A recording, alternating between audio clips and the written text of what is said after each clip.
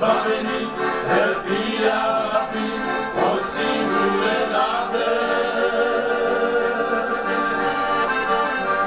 Ești gata să zbori spre lumină, tu astăzi stai ca de la plină. Iisus va veni, răpirea va fi o singură dată.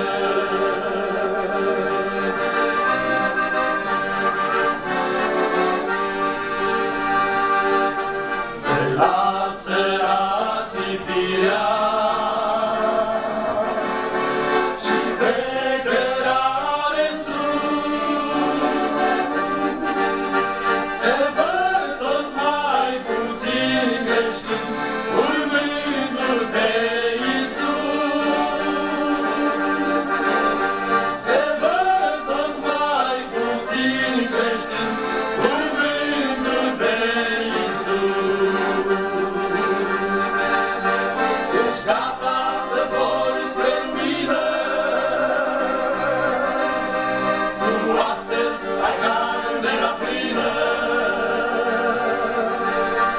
Iisus va veni, răpirea va fi o singură dată.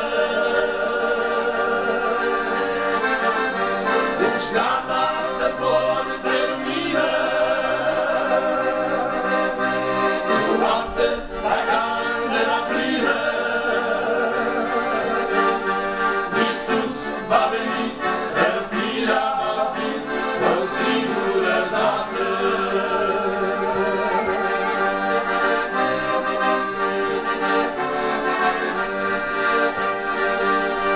La fel ca și străjerul ce-așteaptă zilei zori, și noi dorim chemarea Lui să ne întâlnim pe noi. Și noi dorim chemarea Lui să ne întâlnim pe noi. Ești gata să zbori spre lumină,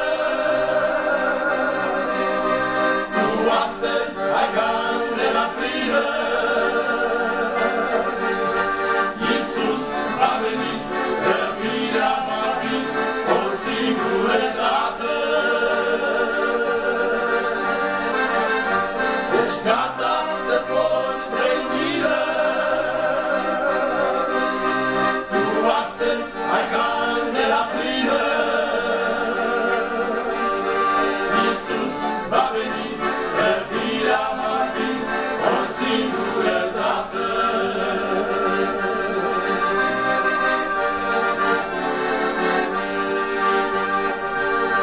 Să stăm în așteptare, dor al întâlnirii. Noi nu știm ziua, ceasul sfânt, când El va reveni. Noi nu știm ziua, ceasul sfânt, când El va reveni. Ești gata să zbori spre lumină, tu astăzi